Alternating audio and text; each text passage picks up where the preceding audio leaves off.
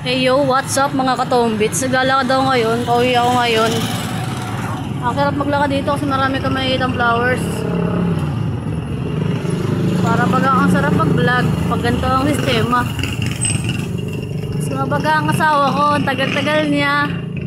Puntahan ko na lang, sunduin ko na para mas pasakin ng kasama ko palagi na siya. Ano daw? Sunduin ko na nga ni para makasama ko na siya. So baga ang lalakaran ko. Tingnan nyo naman ang lugar ko, napakatahimik. Pero ang saya-saya kasi nakakapag-vlog ako.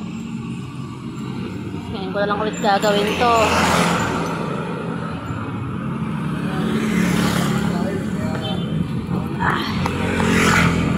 Ay nako, pagod-pagod yan. Walang pagod pag trabaho. Magtrabaho ka lang, sikap lang. Sipagan mo lang.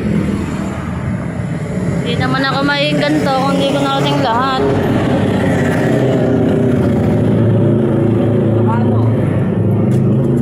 Konting tiyaga lang. Mararating mo rin ang pangarap mo. Ganito tayo eh. Payaman muna tayo bago tayo kumilos na pang sa atin. Kailangan muna magpayaman para sa future.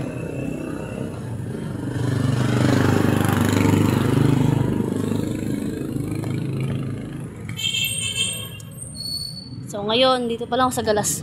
Malapit kasi dito maganda maglakad-lakad dito pag gantong araw, pag gantong gabi. Lalo na paliko na ako, malapit na ako sa destination ko. Konting kembot na lang, tangina.